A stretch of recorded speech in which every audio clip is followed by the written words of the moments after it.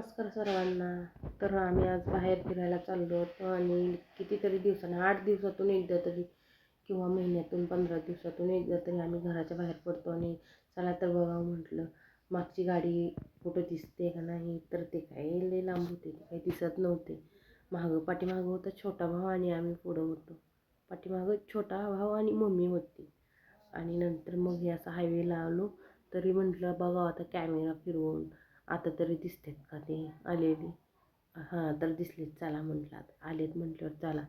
आणि नंतर मग असं हायवेला लागलो तर खरंच लई भारी फिलिंग येत होती. म्हणजे आपण फिरायला जातो आहे असं हे ते. घरात पण बसून बसून बोर, घरातली कामं करायची आणि छोट्या मोठ्या भावाला ऑफिस असते ना, नंतर मग ते पण बोर होतात. सारखं डोक्यावरती ताण येतो आणि मस्त अशी चढावरती कडेला हिरवी हिरवी झाड आहे, मस्त असा ऊस पण होता. लय भारी वाटत होतं आणि हायवे रोड झाला आहे आता. पहिला होता छोटाच होता. आम्ही जात होतो फिरायला, जात होतो म्हणजे देवाला जात होतो आम्ही, तिकडं देवाला जातो आम्ही.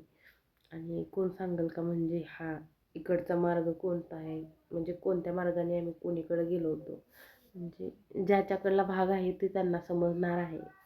ते सांग, त्यांनी कमीत कमी कमेंटमध्ये सांगा आम्हाला की आम्ही आलो होतो तुमच्या भागामध्ये.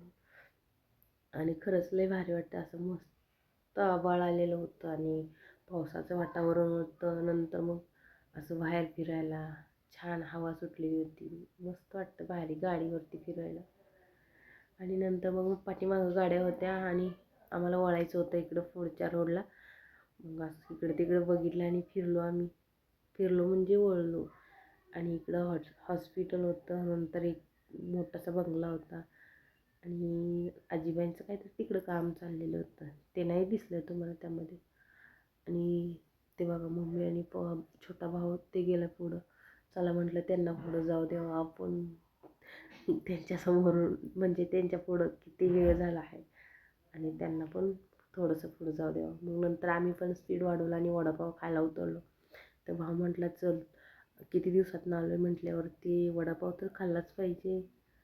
आणि सगळ्यांचा फेवरेट असते, कुठं गेलं म्हणजे सगळेच, आम्हीच नाही सगळेच वडापाव खातात.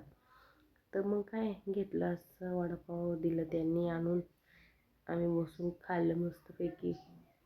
तोपर्यंत वडापाव खातो तोपर्यंत व्हिडिओ बंद केला आणि नंतर मग वडापाव खाऊन घेतले. आणि मग काय तर कोण झोपते, कटाळी होते बघा लहान लेकरं. आणि नंतर मग पुन्हा अजून गाडीवरती बसलो आणि चाललो मग आम्ही आमच्या गावाला. तर वाटेत नदी लागली होती. नदी कोणती नदी आहे ते आम्हाला सांगा, बघू कोण कोण सांगतंय. आणि नंतर मग अशी नदी पलीकडे, नदीच्या पलीकडे वरच्या साईडला ही देवीचं मंदिर, खालच्या साईडला पण देवीचं मंदिर. आणि मग काय आम्ही इथूनच पाया पडलो, दर्शन घेतलं गाडीवरच बसून.